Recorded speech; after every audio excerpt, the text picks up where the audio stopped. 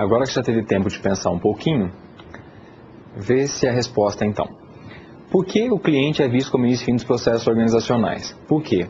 Para existir, uma organização precisa conhecê-los e atendê-los. Embora existam outras explicações possíveis, mas essa começa a dar indícios do como nós devemos ver o cliente.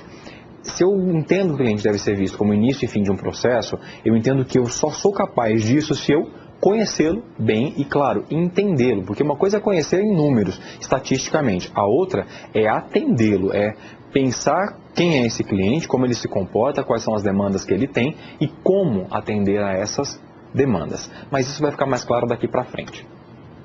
Cliente como início e fim dos processos organizacionais, então. Vamos retomar o assunto agora conceitualmente. Nele, iniciamos e terminamos as atividades e finalidades da empresa. Como pensar isso? Eu tenho um cliente X, que ele já é meu cliente, ele está ali no meu negócio. O que fez dele cliente?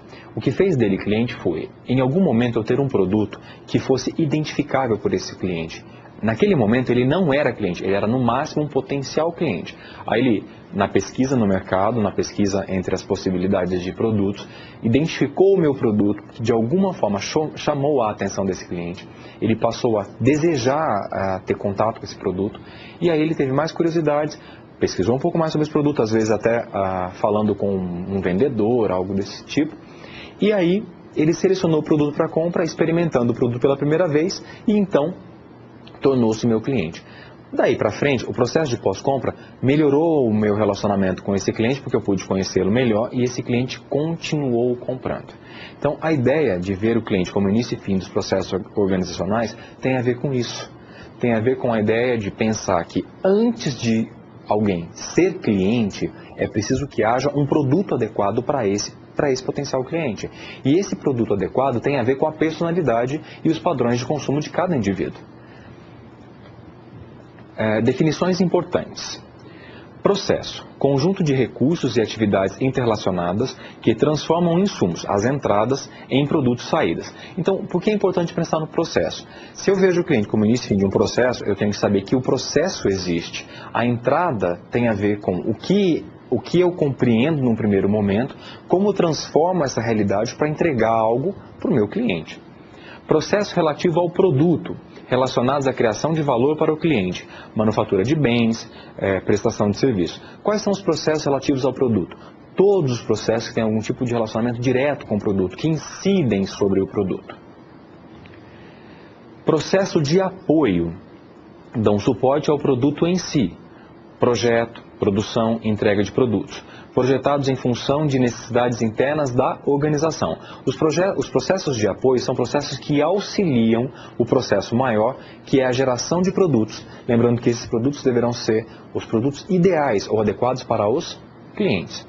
O produto é o resultado de atividades ou processos. Então, tudo que foi colocado até agora traduz-se como todo um campo de atuação, de exercícios, de execuções, para garantir se chegar a um produto adequado, garantir que tenhamos chance de desenvolver o melhor produto possível para o cliente.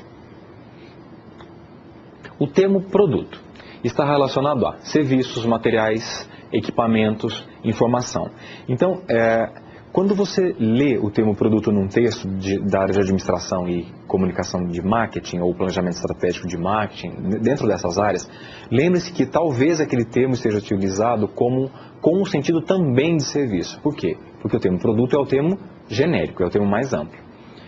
O produto pode ser tangível, equipamentos materiais, ou intangível, conhecimentos e conceitos. Por que é importante fazer essa diferenciação nesse momento? Uma coisa é você entregar um produto tangível para o cliente, por exemplo, um chuveiro elétrico, um aparelho de ar-condicionado ou mesmo um carro.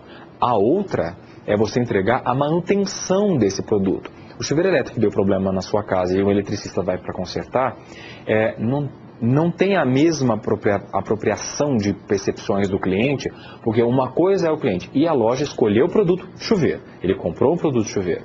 A outra é um defeito nesse produto com o tempo de uso e vem um terceiro para consertá-lo. Esse conserto, muitas vezes, não significa a substituição do produto. Significa que alguém especializado corrige um problema desse produto e o produto volta a funcionar. Olha que interessante. Na primeira compra, a compra do chuveiro elétrico, a grande intenção do cliente não é ter o chuveiro elétrico, é ter água aquecida para o banho. Então o produto transmuta uma realidade naquilo que ele demanda, que é o banho quente. Quando dá defeito do chuveiro elétrico, e você chama o eletricista para consertar o produto ali, novamente a demanda que o cliente tem é voltar a ter seu banho quente. O detalhe é que o chuveiro está lá, mas não funciona bem. Então o que acontece? A prestação de serviço corrige o problema. Nos dois casos, a grande finalidade é voltar para a função cliente, a função daquilo que o cliente demanda. Então o cliente demanda banhos quentes, água quente. Ele não demanda ter o produto chuveiro propriamente dito, nem demanda ter um eletricista dentro da casa dele. Ele demanda o recurso. Por isso que a gente tem que separar essas dimensões para ficar mais claro que o que eu entrego para o cliente tem que ser o melhor possível naquilo que ele de fato demanda. Se o produto deu defeito, a assistência técnica tem que ser rápida, eficiente, de tal forma que o produto volte a funcionar. Se ele demanda esse serviço lá com o eletricista, ele demanda que o eletricista seja hábil o suficiente para corrigir o problema do chuveiro dele. Essa separação incorre na vida do cliente de maneira importante porque significa, por exemplo, pensar que tem custos diferentes envolvidos. Uma coisa é o preço do chuveiro elétrico, a outra é o preço da manutenção. Se o exemplo fosse um carro, é só pensar assim, quanto custa um carro? Digamos um carro de 80 mil reais. Qual é o custo de manutenção desse carro? Não pensando em combustível, mas de revisão técnica feita a cada 10 mil quilômetros. Você vai perceber que nesse caso há uma distância muito grande entre o preço da revisão do carro em relação ao preço total do carro. Ao mesmo tempo que essa diferença é menor quando você pensa num chuveiro elétrico mais barato, que pode custar coisa de R$30, e às vezes o serviço de assistência técnica de um eletricista pode até mesmo superar esse valor. Mas também com o tempo e as próximas aulas isso vai ficar mais claro. Atributos do produto. Propriedades importantes para o desempenho adequado do produto, que na percepção do cliente possa exercer influência na sua preferência, decisão de compra, fidelidade. O que são os atributos dos produtos? São elementos, atribuições, condições que os produtos trazem consigo que tornam esses produtos a preferência dos clientes. É mais ou menos assim. Quando você tem dois produtos diferentes que executam a mesma função, mas eles são diferentes em marca e características técnicas, e você escolhe por um ou por outro, provavelmente o que te levou a escolher pelo A e não pelo B tem a ver com algum atributo que chamou a sua atenção, algum atributo que destacou-se naquele produto em si. Por exemplo, pode ser cor, pode ser dimensões, pode ser características até mesmo de cheiro, fragrância, características de uso, porque alguns são mais fáceis de ser utilizados do que outros. Então, um atributo designa essa percepção do cliente, o que é mais conveniente, o que facilita a minha vida, o que eu gosto mais esteticamente, o que eu gosto mais para efeito de facilidade da minha vida. Por exemplo, um produto muito menos pesado do que outro é mais fácil de portar de um lado para o outro. Por exemplo, imagine um notebook de 5 quilos, imagine um notebook de 1,5 kg. O que é mais prático, o que é mais eficiente? Então isso pode ser visto como um atributo. Agora um detalhe muito importante, o que é atributo para uma pessoa pode não ser para outra. Você tem aí, agora, desenho do processo organizacional. Esse mapa está colocado para você, do mesmo modo que ele aparece no seu material escrito, para você ter uma visão mais ampla do processo como um todo, até da ideia de cliente como início e fim do processo organizacional. Veja lá. 1.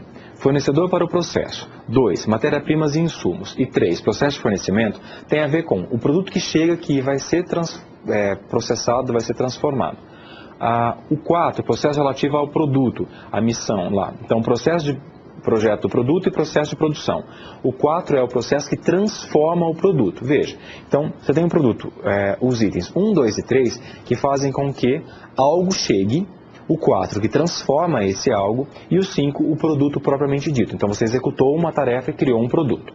O 6, o 7 e o 8 agora. Cliente-alvo, segmento-alvo e mercado-alvo. Por que isso é importante? Porque você faz o produto que tem que ir para alguém, para um cliente que está num segmento específico dentro de um mercado.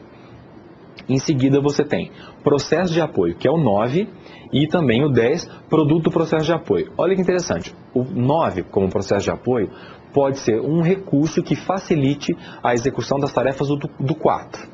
Ao mesmo tempo que pode ser um suplemento que pode corrigir um defeito no 4, antes de o produto ser entregue para ser comercializado. Então, o produto, esse 11, aliás, o 10, o produto do processo de apoio, por exemplo, pode ser visto assim. O 9 detectou um defeito no item 4, vai lá e corrige esse defeito. Esse processo de correção do defeito resulta num produto correto ou num item no 4 voltando a funcionar direito. Isso estabelece o quê? Que o 10 é a máquina que voltou a funcionar corretamente ou o produto que é entregue corretamente no momento certo. O que isso quer dizer? Que o 10 é o resultado de um serviço prestado pelo 9 ao 4. Então, leia com bastante atenção esse quadro no material, que você vai ter exatamente essa exemplificação que eu tentei fazer aqui para você. Projeto de produto é projetar aquilo que vai ser produzido. Cor, formato, tamanho, função, embalagem, desempenho. O que é o projeto de produto, então? É essa ideia do como será o produto. Grave sempre isso. O que é o projeto de produto? O que vai ser o produto? Projeto de processo é como fazer o produto. Os meios, os mecanismos que tornam possível que tenhamos esse produto propriamente dito.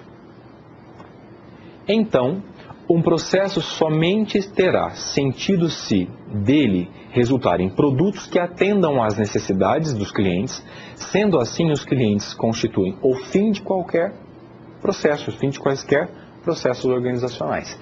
Então, essa é a ideia central nesse nosso primeiro momento assim, de pensar cliente como início e fim dos processos organizacionais. O cliente existe, mas ele só torna-se meu cliente efetivamente a partir do momento que eu tenho um produto que atrai a atenção desse cliente para mim. Senão, ele é cliente de uma outra organização. Então, mais uma interatividade. O que são atributos para o cliente? As possíveis respostas. São implicações que encarecem os produtos? Ser mais desenvolvido tecnicamente? O que torna o produto mais atraente, objetivo e objeto de escolha? A apresentação visual de um produto? Então pensa aí, o que são atributos para um cliente? Você seleciona a resposta e daqui a pouco eu volto para discutirmos.